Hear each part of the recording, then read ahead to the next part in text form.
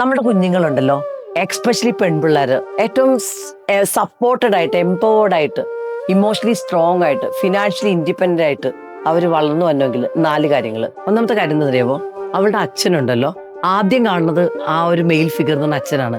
അച്ഛൻ അവളെ നല്ല കരുതലോടെ സ്നേഹിക്കുന്നുണ്ട്, സപ്പോർട്ട് ചെയ്യുന്നുണ്ടെങ്കിൽ അവൾ ഇമോഷണലി സ്ട്രോങ് ആവും. 2, അവളുടെ ആ വീട് അവളെ എങ്ങനെ ട്രീറ്റ് ചെയ്യണു, അവളുടെ സ്വപ്നങ്ങൾ സപ്പോർട്ട് ചെയ്യണുണ്ടോ, അവളെ ഏതറ്റം വരെ പോയിട്ട് അവളെ ഒരു കുഞ്ഞാണെങ്കിൽ പോലും അവൾക്ക് വേണ്ടിയിട്ട് അവർ നിലകൊള്ളുന്നുണ്ടെങ്കിൽ. 3-ാമത്തെ കാര്യം എന്ന് പറഞ്ഞാൽ പാരൻസിന്റെ ആ മ്യൂച്വൽ സപ്പോർട്ട്. അവർ ടഫ് ടൈംസിലും അച്ഛനും അമ്മയും ഒരുമിച്ചിരുന്നിട്ട് കാര്യങ്ങൾ ചെയ്യുന്നുണ്ട്, അവരെ എംപവേർഡ് ആക്കുന്നുണ്ട്, റെസ്പെക്റ്റ് കൊടുക്കുന്നുണ്ട്, മക്കൾക്ക് വേണ്ടിയിട്ട് അവരൊരു ടൈമുണ്ട്, അവരുടെ സ്വപ്നങ്ങൾ അവർ ഒരുമിച്ച് നിൽക്കുന്നുണ്ട്.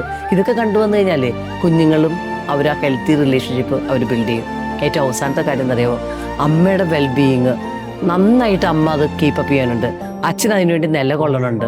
ഉറപ്പായിട്ടും ഫിനാൻഷ്യലി സ്ട്രോങ് ആയിട്ട്, ഇമോഷണലി സ്ട്രോങ് ആയിട്ട് എന്ത് ചലഞ്ചസ് വന്നാലും നേരിടാനുള്ള ശക്തി അമ്മയ്ക്ക് ഉണ്ടെങ്കിലുണ്ടല്ലോ, ഈ കുഞ്ഞും കോൺഫിഡൻ്റ് ആവും, മറ്റുള്ളവർക്ക് സ്നേഹം കൊടുക്കും, അവളുടെ സ്വപ്നങ്ങൾ ഏതറ്റം വരെ പോയി തേടി പിടിക്കും. അപ്പം നിങ്ങളുടെ പെൺകുട്ടികൾ ഏറ്റവും മികച്ചവരാവണമെങ്കിൽ നിങ്ങൾ വീട്ടിലാണ് അവരെ എംപവർ ചെയ്യേണ്ടത്. നാട്ടുകാർക്കൊന്നും ചെയ്യാൻ പറ്റില്ല. വീടാണ് അവരെ ഏറ്റവും മികച്ച ലെവലിലേക്ക് ഷേപ്പ് ചെയ്യണത്. അപ്പം നിങ്ങൾ ഈ ഒരു റീല് നിങ്ങളെ ഇമ്പാക്റ്റ് ചെയ്യണമെങ്കിൽ നിങ്ങളുടെ പാരൻസിനെയൊക്കെ ഷെയർ ചെയ്യുക, ഉറപ്പായിട്ടും കമൻറ്റ് ചെയ്യാം. I will empower my daughter.